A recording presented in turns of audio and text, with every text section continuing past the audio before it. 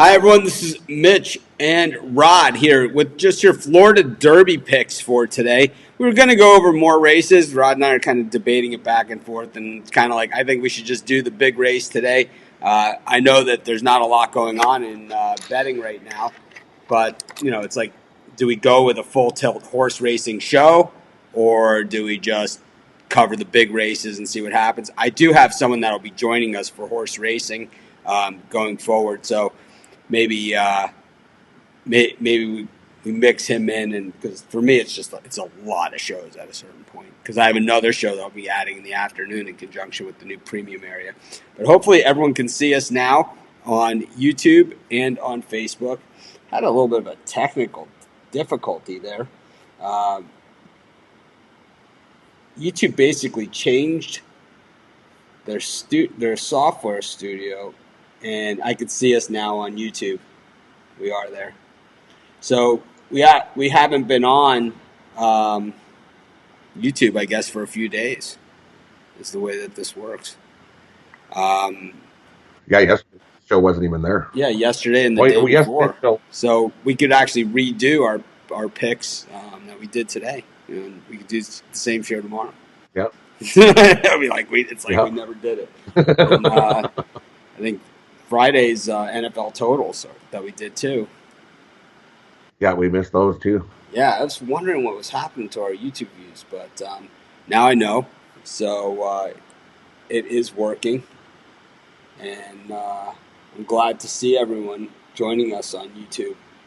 And like I said, it was a technology issue. YouTube updated their studio, and our software didn't do it accidentally. Yes, this one is for real. So whatever that means. But we're going to go over the Florida Derby. We got a pretty nice field here. Of course, Florida Derby is one of the Derby prep races, and horse racing, one of my sports. I don't cover it as much as I used to. I don't follow it as much as I used to. But I used to be way into it when I lived in New York. I used to be one of those guys at the OTB on my lunch hour. So I don't think that surprises too many people. But Florida Derby, now called the Curlin Florida Derby. First one, mile and an eighth. So just an eighth of a mile shorter than the Kentucky Derby. So the Florida Derby has produced plenty of Kentucky Derby champions and favorites.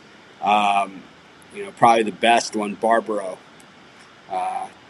who came from the outside in this race, way in the outside. So if you can win the Florida Derby from the outside, you might have a super horse, which many thought Barbaro was. But, Rod, you've been following the action here at Gulfstream. I just turned on the races, and it looked like front-end speed was holding up. We saw some stalkers come up at the end, and one horse come from off the pace, but they didn't quite catch the speed on the front end. Is this the way the track has been going?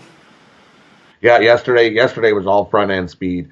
And so far today, same thing. Your front end speed has been winning, and inside pole, like off the rail. Like if your 1, 2, 3 horses off the rail have been usually hanging in there. Generally, front end speed for sure. Generally, what we see is that for stakes races and major stake races, they cut the track super tight, and they try and make it as fast as they possibly can. They're always looking for a track record or a new stakes record, because for a Florida Derby horse to win the Kentucky Derby, it's a big deal, and of course it's going to attract an even better field for next year. We got a nice mix here. We've got Florida breds, we've got Kentucky breds, we've got some horses out of some newer.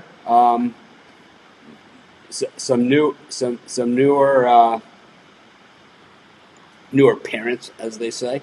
So 3-year-olds. Of course, the weird thing is about horse racing that you have to remember is that every horse born within the year counts as that year old. So if the horse was born in November or if the horse was born in January, they still count as the same year, even though the horse in January is clearly almost a full year older than the other horse. So a horse born later in the year has a decided advantage in these races, and that's why when you see the Breeders' Cup races, and you see the Breeders' Cup Classic, it's the 4-year-olds and 5-year-olds that generally win those, and not the 3-year-old champions. Though, of course, there are some great 3-year-olds out there, and maybe we have one this year.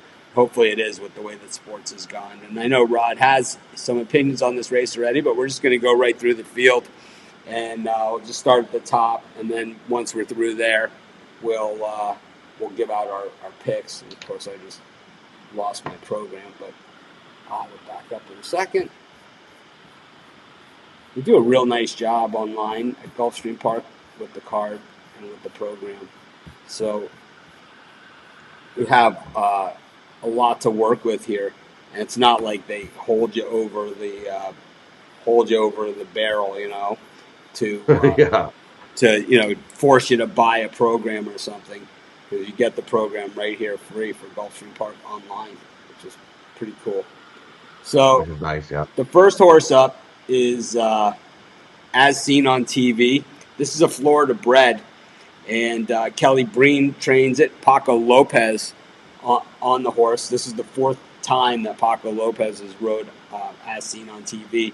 This horse ran in the Fountain of Youth. So those of you not as familiar with horse racing, the way that it generally works is that most of the tracks that have one of the major Derby preps, like the Florida Derby, like the Toyota Bluegrass Stakes, like the Wood Memorial, they have a race that's before that, and that's kind of like where they weed out the horses to get to their big race and beyond to the Triple Crown. So the one for Florida is the one for Gulfstream Park is the Fountain of Youth Stakes.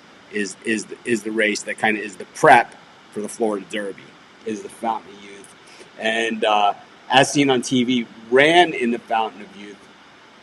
And this is a fast horse. I mean, this is a very fast horse. This horse, though, has been regressing a little bit. Has a first place finish, but that was the last time this horse won was in November. Ran in January, ran in February. So this has been a once a month type horse.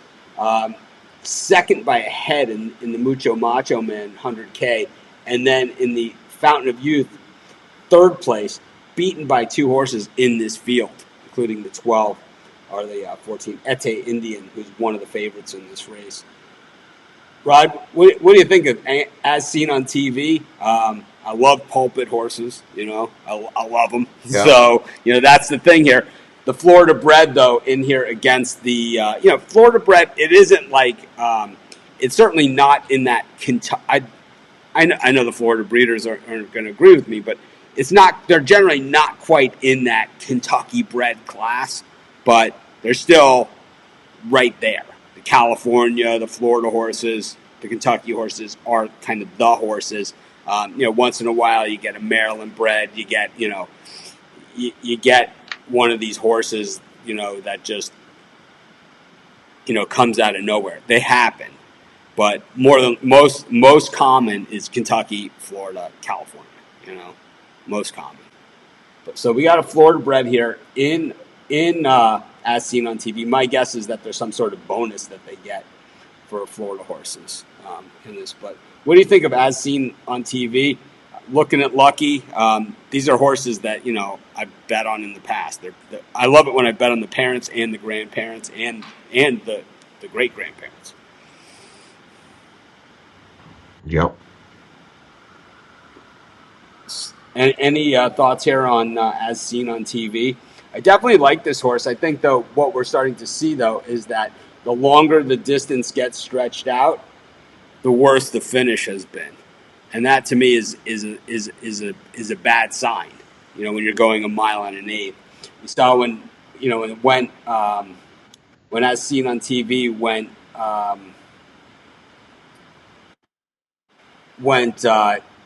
mile.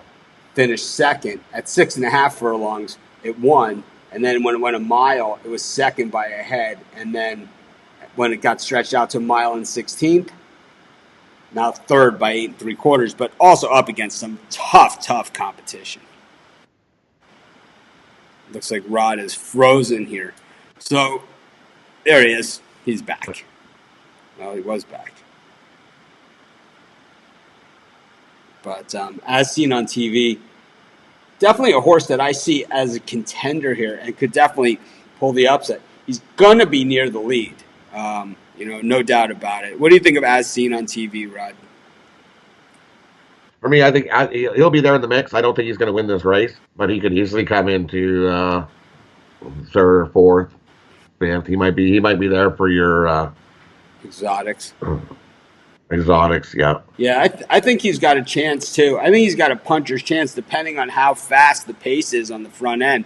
He doesn't. He's not a front runner, but he's in the front group, so he's going to get a call, right? This horse is going to get a call at least. I mean, Well, yeah, he's on the rail as well too, so he's right there. I mean, I'm like He'll I be said, right. I spent many a lunch hour in New York City at the OTB, so believe me, I know about betting on a horse that doesn't even get a call.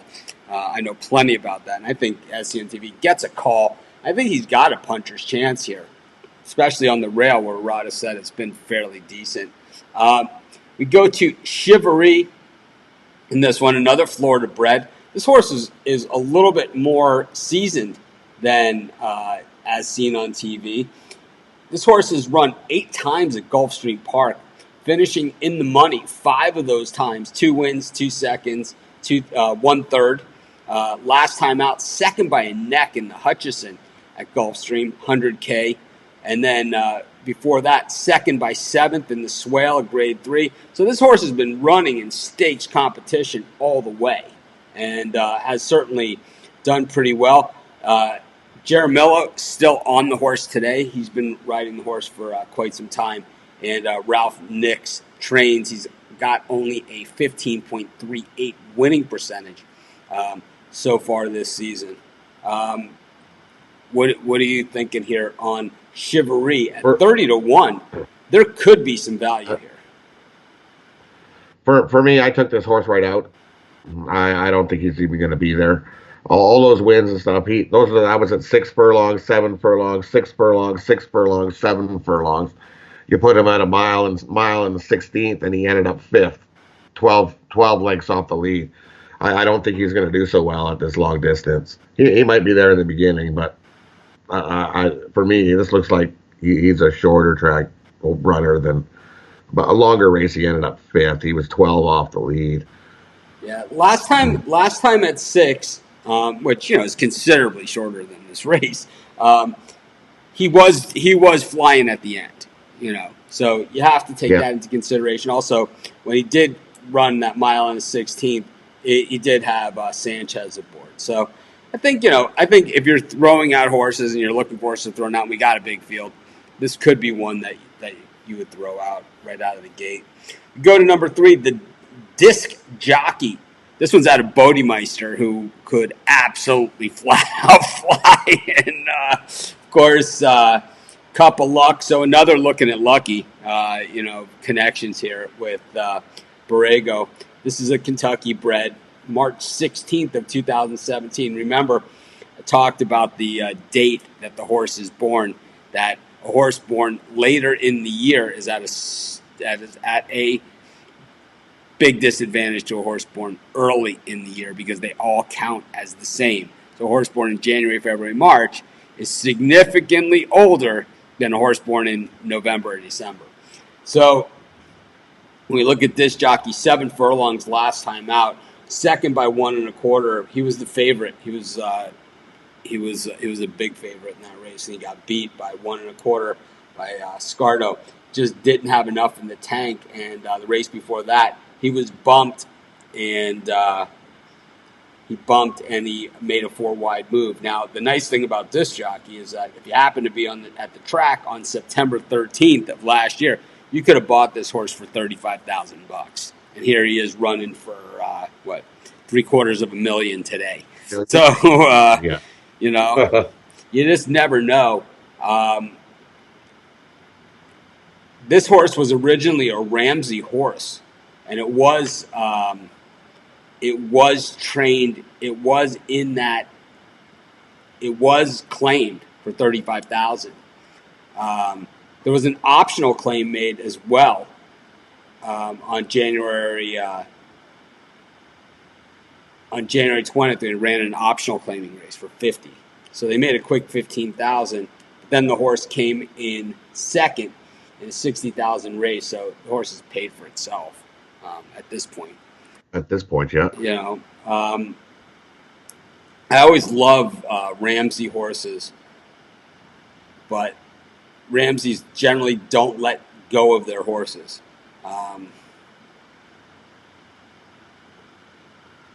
I don't know. I think that this horse is another one that we haven't seen him stretched out.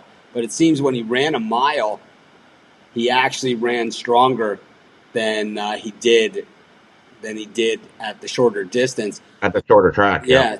But the thing about him is that Gaffalione gets the mount here, and it's his first time riding this horse. Yep. Yeah, so that's he's not in my top, but he could be there. It's not a bad horse, I got to tell you that much. No. Calabrese is not a bad trainer. He's got he's only put 20 horses in this year at Gulfstream Park, and he's hit 8 of them, and that's a 40% clip, which is off the charts. So yeah. Wouldn't put it by Disc Jockey, and certainly would never put it by a Bodemeister horse, because you know the horse can flat out fly if it's a Bodemeister. Can fly, yeah. We'll go to the 4, Soros. This one's out of Commissioner, Eastern Ruckus, Eastern Echo. Kentucky bred February of 2013, so that all checks out. This one's owned by the Eclipse Thoroughbred Partners, so that means big money. Is what that in horse racing terms.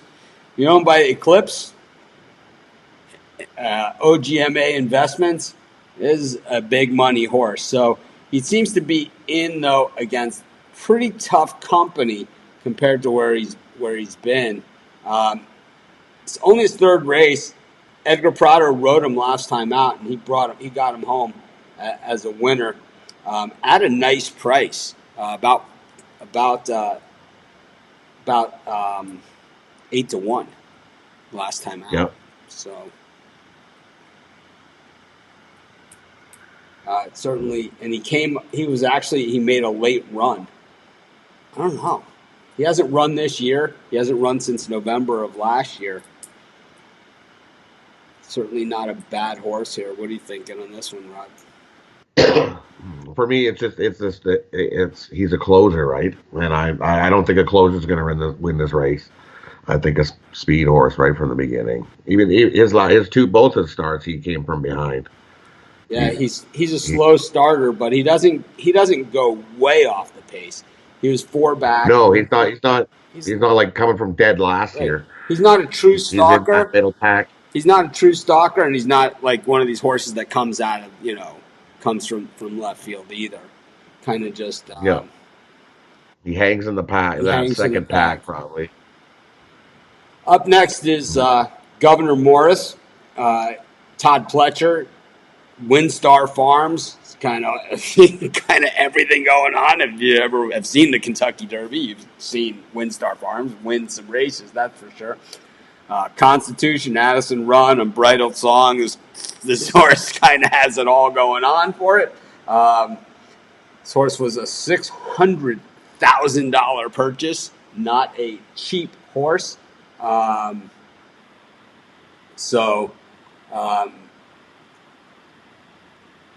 He's run once this year.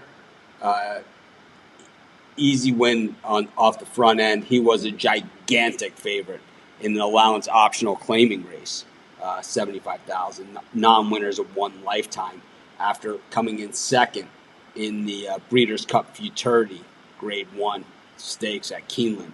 So this horse, it's his first race at Gulfstream Park, so we don't know if he likes the track or not. But he's run at Saratoga in the slop, won in the slop by 9.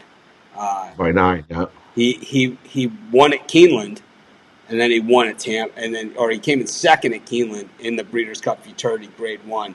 Maxfield not in this race, but he was not going to win that race against Maxfield. No, Maxfield was not going to happen.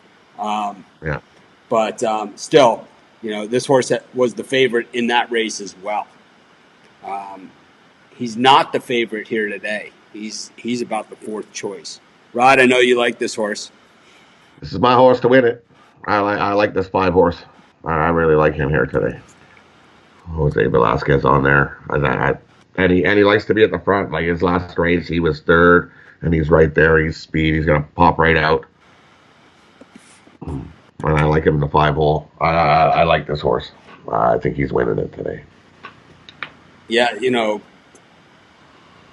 when we look at that race against Maxfield, he got he got beat pretty badly. But those of you that are unfamiliar with Maxfield, he's a big money horse too. He's from Godolphin Stables, which are the guys from the United Arab Emirates. He's a homebred by then, and I don't believe he's going to be in the Derby. So I'd say he might skip. We'll have to see. He's that good,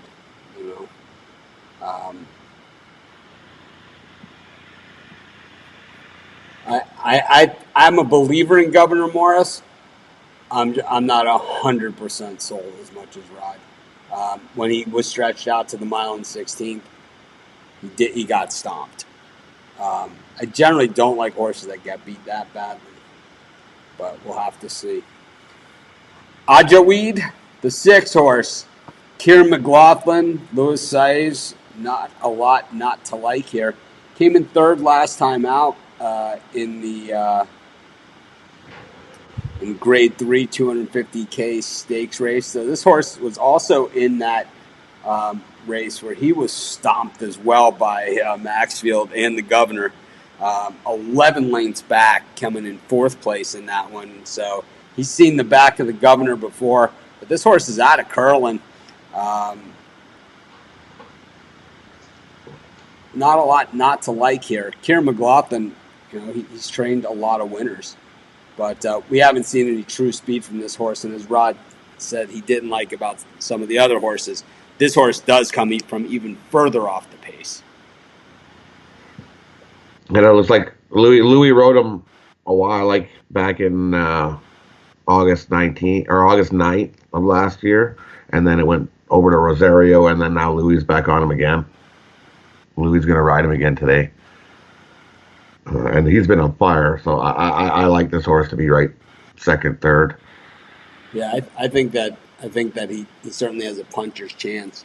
Brings us to the 7 horse, and this is the favorite. This is Tiz the Law, another Constitution horse by Tiz Fizz, which is by Tiz Now, a horse that I won a lot of money on.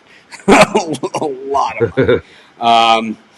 A lot of money. So, always plays close to my heart. And when you go a mile and a 16th in 142.04, it means you can fly, and it means you can keep it up.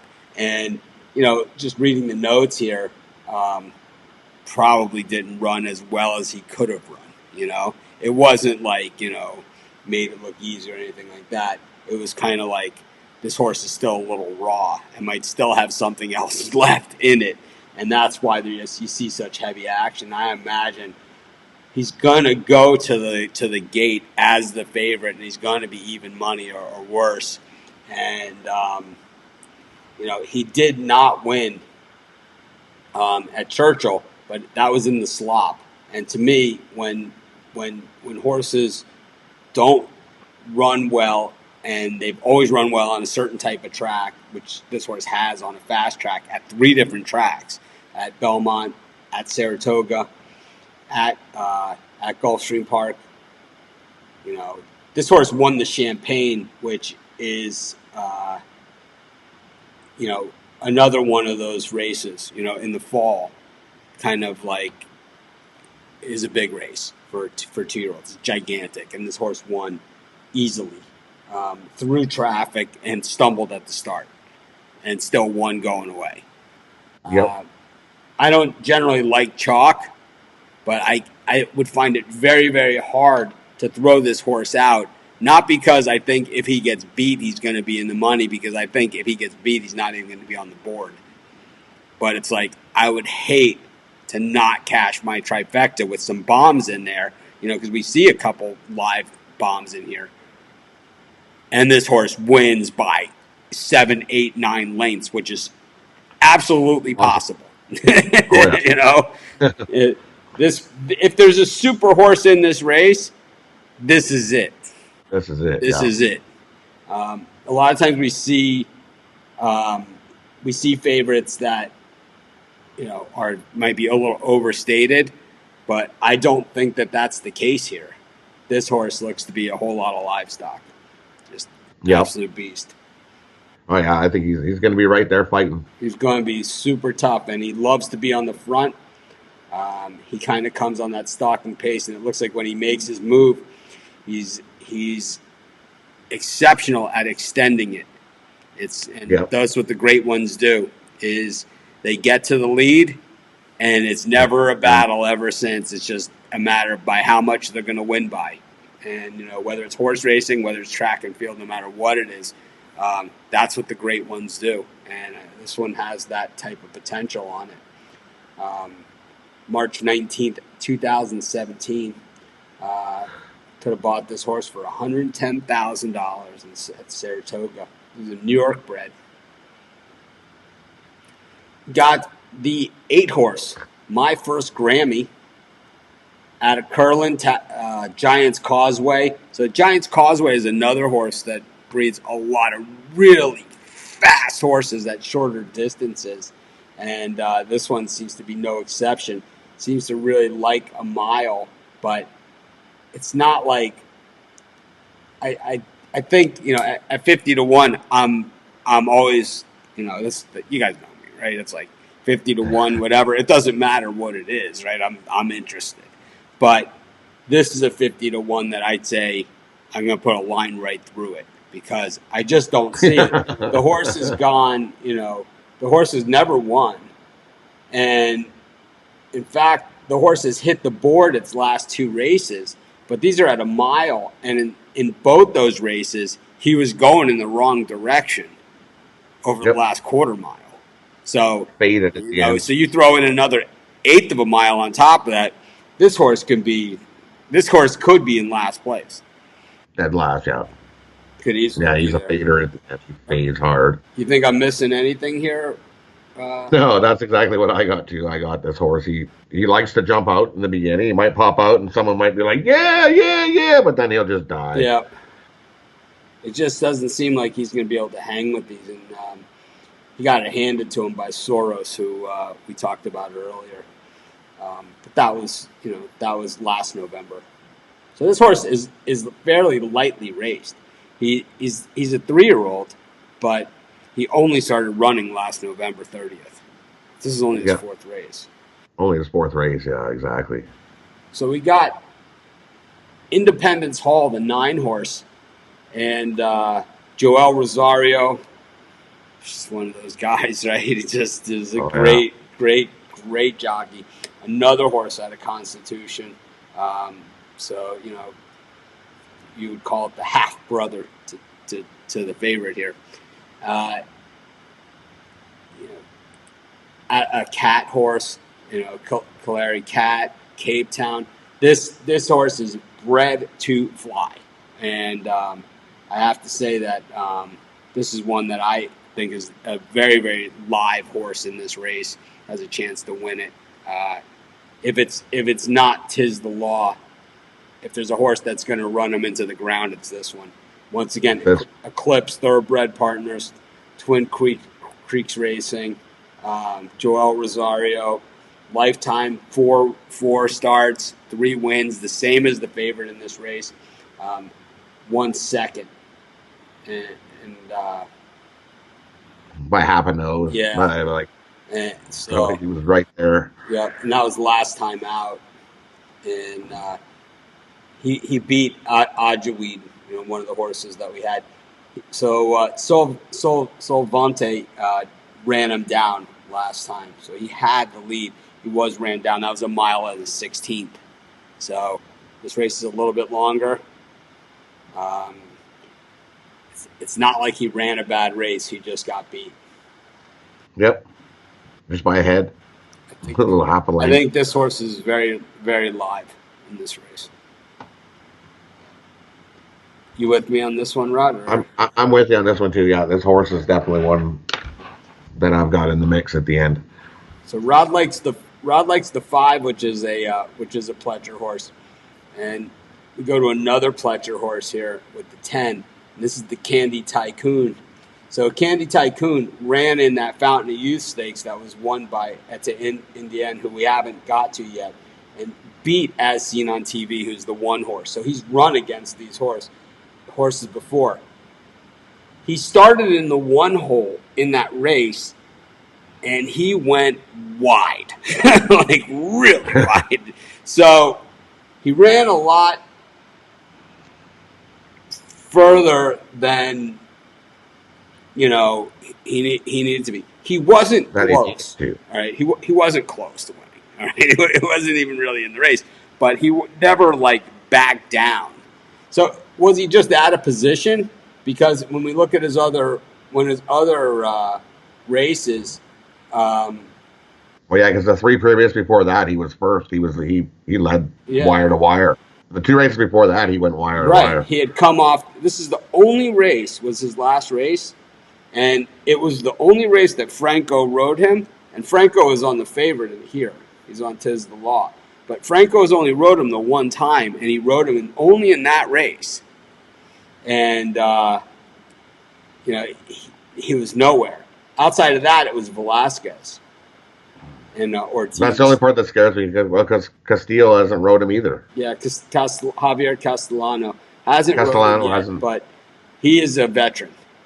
And once again, Unbridled Song, Liberty's Lyric, Twirling Candy. This horse can go, He can, yeah. He's not necessarily true speed like some of the other horses here, but he's not cheap either. This horse was bought for $170,000. So not a cheap horse either. And, Todd Pletcher training, that's not cheap either. So I don't know, it might be one to look at. It's 20 to 1, so the price is certainly right on him. Certainly, yeah. Well, yeah, because if you throw it his last race with the carried wider, yeah. he still The gets thing second. is that he's got only the 1 win, but he's been on the board a bunch. So this is a horse, for me, it's got a superfecta out there. I might have a couple, right? Yeah. This is one that I probably want to keep in there in my box. Keep in the mix, yeah. Yep. Go to number 11, Sassy But Smart. Overdriven, home run Sassy on Bridal America. Joe Bravo on board. The Kendall Condi source, 3rd place in the Palm Beach, grade 3. Broke his maiden in a $43,000 maiden special. This horse, you could have picked him up for $32,000 in a maiden claimer back on January 2nd of this year. He has only run this year. This is the only time he's ever run. He's run 4 races. He's hit the board 3 times, but hitting the board 3 times, $38,500 career, $38,850 career winnings, which or $43,150. Yeah, 43,000. 150 doesn't 150. pay the bills for these guys. No. I don't think this horse gets it done today. I see him. I see where he has shown signs of life. We got a horse that runs on the turf that's now running on the dirt. Maybe this horse is entered because they think it's going to rain.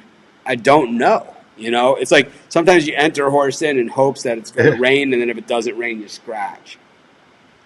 So it's pretty sunny in Florida today. Yeah, it looks like a beautiful horse. Absolutely chamber of commerce weather. Yeah, it's really, really nice out there. So, I think that this one I got rid of. Yeah, I'm going to get rid of him too. So the 12 horses, Ete Indienne, winner last time out in the Fountain of Youth. This is a horse that was beaten by the favorite, Tiz the Law in the Holy Bull on February 1st. Florent Geroux on board, being owner and trainer of the horse. He's a part owner of the horse, and he doesn't run a lot at Gulfstream. This trainer, the horse has improved, pretty much every Yep. time out. So even though he didn't win in the Holy Bull, it's not like he lost to a $10,000 claimer or something. He lost. No, he lost. He lost to Tiz the Law. So It's the law. but he was clearly the second best horse that day. Yep. I think he's got a chance. I mean, he's got bullet workouts up and down. This horse has got it all, except He's got a chance. except for that loss.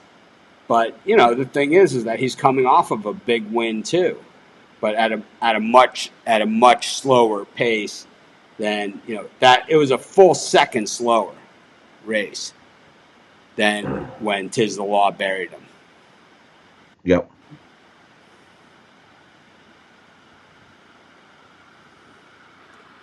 It's just, I think it's. I hate chalk, but I think it's tough to throw this guy out.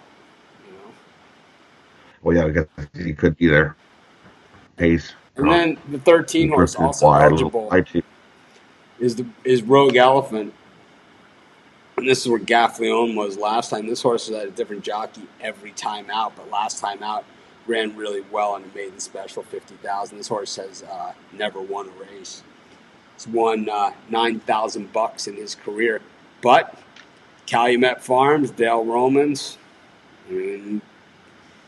If you give me 50-1 on a Calumet Farms, I'm going to take it every single time. So if 13 gets in, I'm there.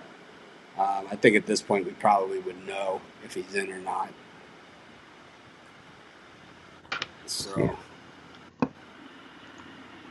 So Rod, we've gone through the field. We know you like the 5. Who else do you like in your box here? How are you going to play it? For me, I'm going 5, 7, 9, 12.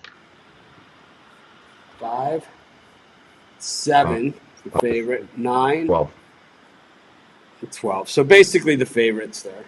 And I like those too, but I think that I will go, I'm going to go 7, 10, 12, 7, 10, 12, 4. 4, 7, 10, 12 for me box. I'm going to box these in the Exacta, Try, and Super. All right. So there you have it. Rod, you want to say yours one more time? Yeah, I'm going 5, 7, 9, 12. Those are all I'm great. box those. I have to say that if I was going for like one of those large boxes and I thought the race was more wide open, I would throw every one of those horses that I don't have that Rod has in there. The 5 that he has to win. I love him too. I just don't know if I'm going to take a leap. For me, it's like if I'm going to take a leap on the 5, I'd rather take the leap on the 10, who was beat by Ete Indien last time, but that horse was 24-1 in that race. It's like, and here he is at 20-1. It's like, it's not like he was expected to hit the board either, in that time. So to me, there's value there. In horse racing, like anything else, there's gonna be value, and you got to play the value. And this more than likely, if you ask me, blindfold me and force me to say, okay, live or die, what's this race going to be? 7, 12, 12, 7. I mean, that's pretty much what you would say. But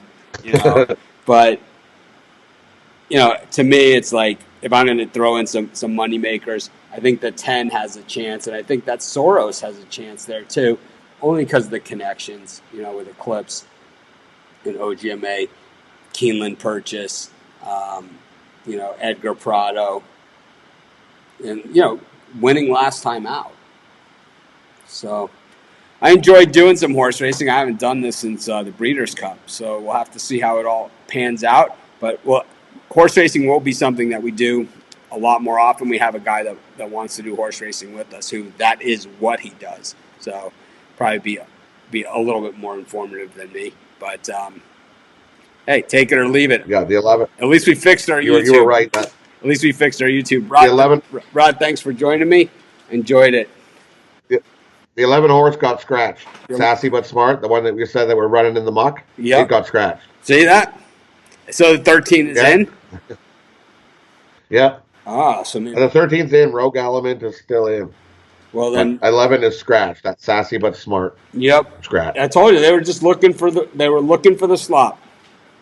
Also, the 3 horse, Disc Jockey, scratched. Soros, scratched. Oh, so my horse is out. Oh, and Aja Weed is scratched. Oh, man. 3, 4, 6 are scratched. All right, so I got to pick another horse if my 4 is out. Yep. All right. So Disc Jockey's out. Soros is out. Aja Weed is out. Out. I'll go for the 1, as seen on TV. 1, 7, 10, 12 for me. Yeah, 10 is still. I would even put a couple bucks on, even like $5, even on Candy Tycoon to win play show. Yeah, it's certainly worth just for a little, right? Yeah. Well, that's the one. It's like either it's there or it's not. But anyways, thanks everyone for joining us. At least we fixed our YouTube. Like I said, I didn't even know, but thanks to Brian Bittler for pointing that out to me. That he's like, you guys didn't have anything to talk about. You didn't do a show. I was like, hey, we did a show. It's like, all right. So tomorrow will be like a recap. But anyways, thanks everyone for joining us. Take care.